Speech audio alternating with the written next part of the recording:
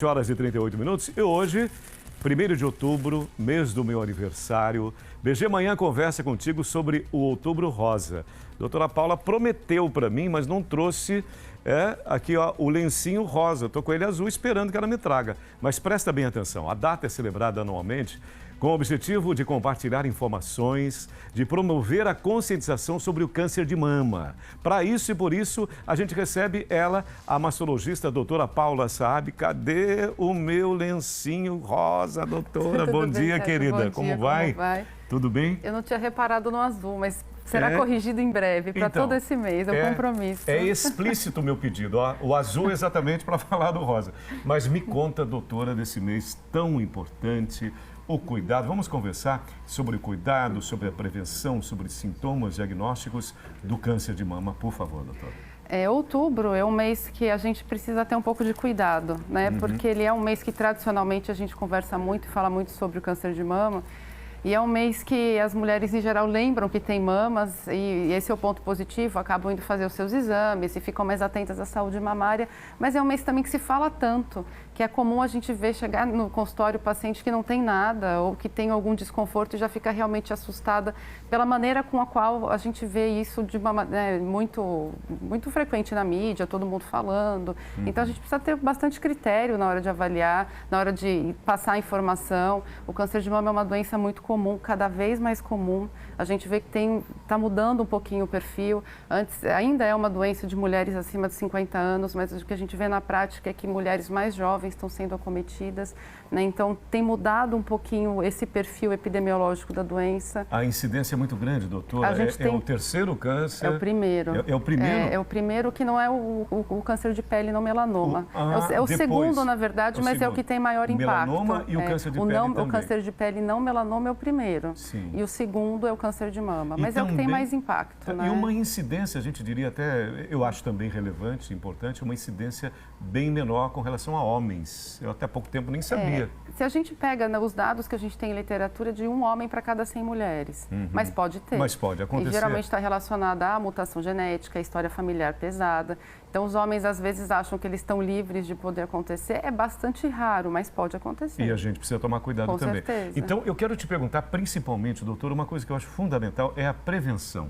Né? O quanto é importante você se cuidar. Quais são os cuidados básicos no que se refere à prevenção do câncer de mama? Super interessante essa sua colocação, porque tem muitos estudos e está muito na moda a gente tentar evitar o aparecimento do câncer, né? Porque, por exemplo, quando a gente fala de prevenção com mamografia, a gente está falando de prevenção secundária, ou seja, eu quero prevenir que uma paciente que já tem a doença morra por conta dessa doença. Certo. Então, eu vou fazer diagnóstico precoce. Quando a gente fala de prevenção primária, ou seja, eu quero evitar que essa paciente tenha câncer, as medidas básicas que os estudos estão mostrando são coisas que qualquer um de nós podemos fazer, que é exercício físico e controle de peso. Isso tem mostrado impacto tanto no controle de doença de pacientes que têm o diagnóstico, quanto diminuir a incidência em mulheres que têm fatores de risco. E a gente não vê sendo estimuladas programas de exercício físico ou programas de controle de peso em nível de saúde pública. É o que eu sempre penso, sempre imagino o seguinte, como é que se faz essa prevenção? E é uma coisa fácil, porque a atividade física, doutora, você me corrija se estiver enganado, pelo menos para mim,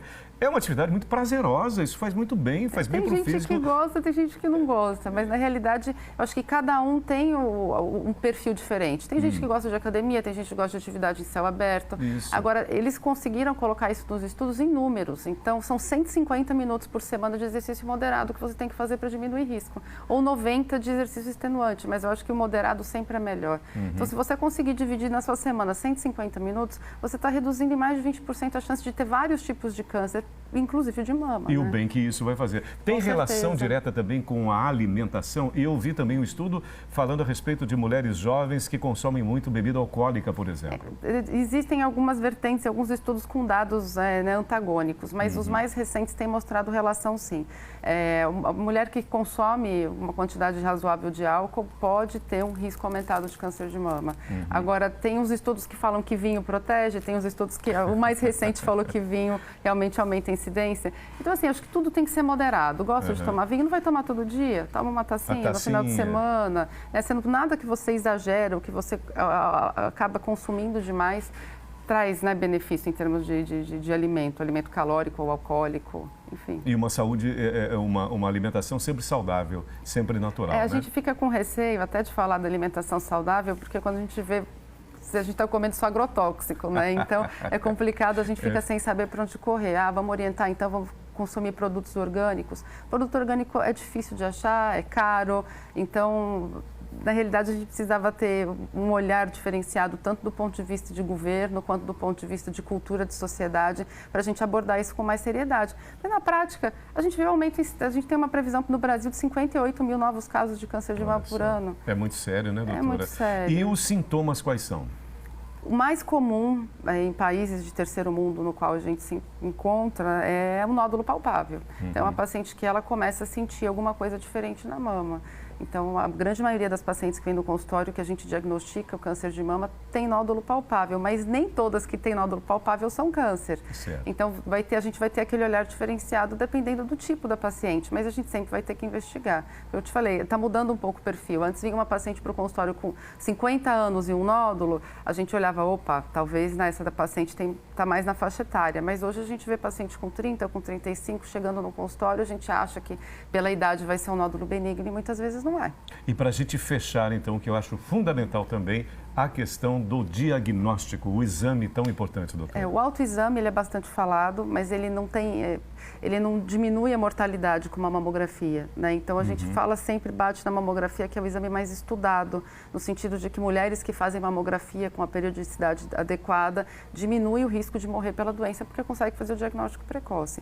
Lembrando que a ultrassonografia é muito importante para acompanhar pacientes jovens que têm as mamas que a gente chama de densa. O que é a mama densa? É aquela mama que não deixa o raio-x penetrar, então ela fica toda branca. A gente não consegue ver nódulo, não consegue ver nada, mas consegue ver calcificação. Mas para complementar, esse tipo de mama especificamente precisa fazer o ultrassom. Certo. E essa camiseta aqui? Essa camiseta é para vocês, é para lembrar a gente Olha só que bacana, doutora. E se fosse você? Todo outubro a gente tem um grupo de pacientes oncológicas, chama Flores do Nosso Jardim, e a gente tenta entrar com um tema que seja impactante, né? Sim. E esse ano a gente conversou e eu acho muito interessante as pessoas se colocarem no lugar, né, da outra, porque a gente sempre acha que com a gente não acontece, né? Sim, sim.